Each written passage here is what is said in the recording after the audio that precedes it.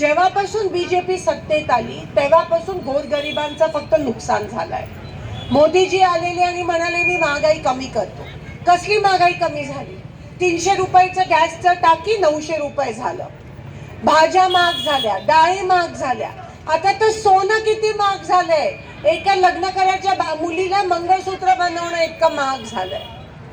त्यामध्ये नोटबंदी झाली, तुमच्या आठवडा मजुरी बंद झाली, तुमच्या मुलांना नोकरी नाहीये,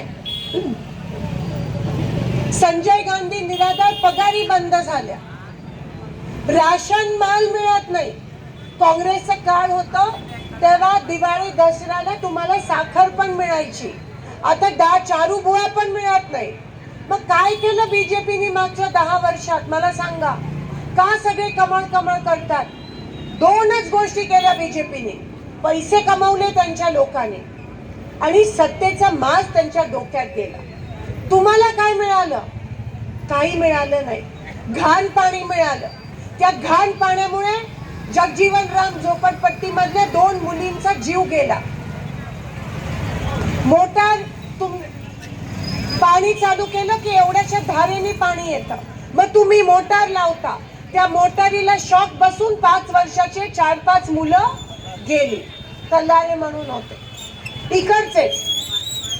हा बीजेपीने केलेला पाप आहे, पाप. तुम्ही त्यांना कधी माफ नाही करू शकत. जर तुम्ही त्यांना मतदान केलं तर त्यांचा माज अजून करेल. त्यांच्या डोक्यात गेली आहे सत्ता. कारण का आता परवा त्यांनी एका 32 वर्षाच्या मुलाचा खून केला फक्त सत्तेसाठी. आणि इलेक्शनच्या तोंडावर तुम्हाला पैसे वाटतात, 2000 रुपये, 3000 रुपये. त्या 2-3 हजार रुपयामध्ये त्या माऊलीचं गेलेलं कुंकू परत येणार आहे का मला सांगा? त्या 5 वर्षाच्या तल्लारेचा जीव परत येणार आहे का मला सांगा?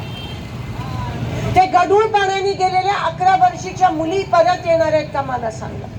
मग काय करते बीजेपी? एकमेव काँग्रेसच आहे गोरगरिबांचा आवाज. आणि तुम्ही हे बघितलंय, इंदिरा गांधीची सुकडी विसरू नका. आणि आता मला हे सांगतात लाडकी बहीण, लाडकी बहीण. अरे काय लाडकी बहीण? संजय गांधी निराधारचे पगार बंद केले आणि ते पैसे लाडक्या बहिणीकडे वळवले. हा पाप बीजेपीने केला. महागाई वाढवली आणि ते पैसे तुमच्याकडूनच चोरले तुम्हाला परत द्यायला. हा बीजेपीचा खरा चेहरा आहे. लोकांच्या अडीअडचणीशी बीजेपीचं काही घेणं देणं नाही आहे. पण लोकांच्या जीवावर त्यांना फक्त पैसे कमवायचे आणि सत्तेत यायचं. गेले 9 वर्ष महानगरपालिकेमध्ये इलेक्शन झालं नाही का? कारण का त्यांना महानगरपालिकेमध्ये महापौर नको होता, नगरसेवक नको होते. कारण का त्यांना टेंडर उचलायचे होते, पैसे कमवायचे होते इलेक्शन मध्ये खर्च करायला. एवढंच जर असतं तर स्मार्ट सिटी योजना लष्कर मध्ये का नाही आणली? स्मार्ट सिटी योजना सरस्वती चौकात का नाही आणली? स्मार्ट सिटी योजना जगदंबा चौकात का नाही आणली? फक्त तेवढ्यापुरती तेवढं. आणि स्मार्ट सिटीचं प्रत्येक टेंडर माझ्या सोलापूरच्या सुशिक्षित बेरोजगारला दिलं नाही, कोणत्या तरी गुजरातच्या कॉन्ट्रॅक्टरला दिलं. टाळ्या नका, शेम म्हणा, शेम. आणि ताई तुमच्या नावावर पैसे कमावतात आणि धर्म जातपात करून तुमच्या मनामध्ये द्वेष निर्माण करतात, एकमेकांच्या विरोधात द्वेष निर्माण करतात. काम करत नाहीत, फक्त धर्माचा वापर करतात लोकांच्या डोक्यात द्वेष निर्माण करायला. पेटवा पेटवीचं राजकारण करतात बीजेपी, दुसरं काही करत नाहीत आणि तुमच्या जीवावर पैसे कमवतात. कीड लावल्या बीजेपीनी, धर्माची, जातीची, पातीची कीड युवकांच्या डोक्यात कीड लावली. मला माहिती आहे समाजात काय होतं. अरे मागासवर्गीय लोक बीजेपीला कसं काय मतदान करतात? जी बीजेपी संविधान बदलायला निघाली आहे, जी बीजेपी आरक्षण रद्द करायला निघाली आहे, कसं काय तिकडे बीजेपीला मतदान जातं मला सांगा?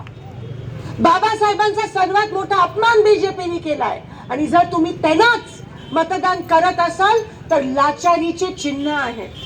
नका, मी हात जोडून विनंती करते, स्वाभिमानी बना, लाचार नका बनू. स्वाभिमान आहे. जगजीवन रामना नका विसरू तुम्ही.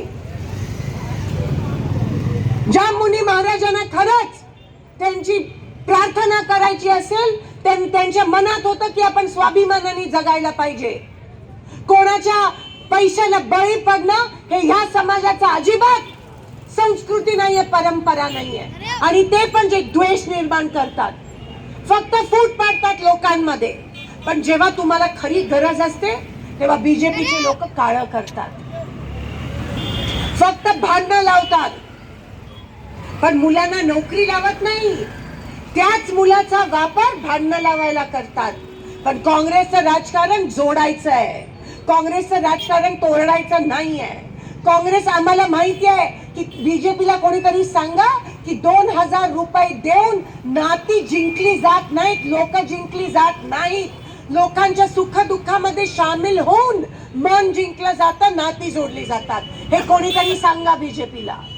तुमचं आणि माझं गेले 15 वर्षाचं नातं आहे. ते एका मतदार आणि आमदार आणि खासदाराचं नातं नाही आहे, पण एका आईचं आणि एका मुलीचं नातं आहे, एका भावाचं आणि एका बहिणीचं नातं आहे. हे नातं काय पैशाने जिंकलं जात नाही, हे काम करून जिंकलं जातं नातं. कोणीतरी त्यांना सांगा. आज त्यांना माणसांची किंमत राहिली नाही. त्यांना वाटतं की माणसं विकत घेऊ शकतात. पण आता तुम्ही त्यांना दाखवा, तुम्ही त्यांना दाखवा काय असतात नाती.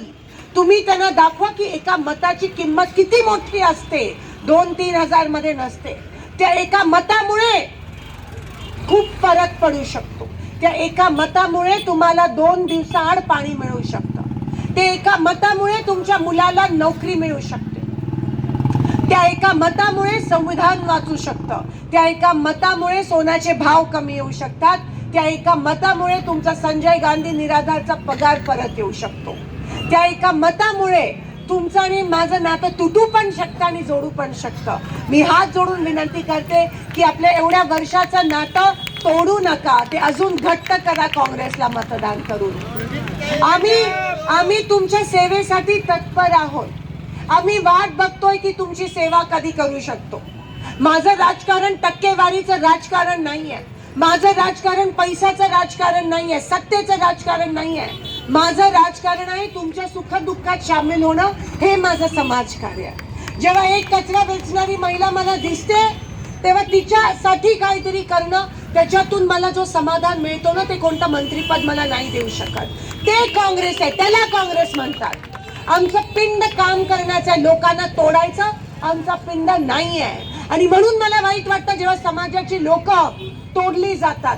म्हणून मला वाईट वाटतं की जेव्हा एका व्हॉट्सअपच्या मेसेजमुळे आपली नाती तोडली जातात. पण देशाचं नुकसान करू नका. या एक मत हे फक्त महापालिकेचं मत नाही आहे. या मतामुळे क्रांती घडू शकते.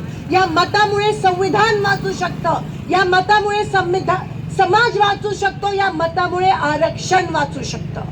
नाहीतर तुमच्या जीवावर पैसे कमवतात, तुमचं आरक्षण रद्द करतात खासगीकरण करून. आज रेल्वेमध्ये खासगीकरण आहे, महानगरपालिकेमध्ये खासगीकरण आहे. आणि त्या खासगीकरणामुळे बाहेरची लोक येतात, आपल्या उरावर बसतात आणि आपलं आरक्षण रद्द होतं.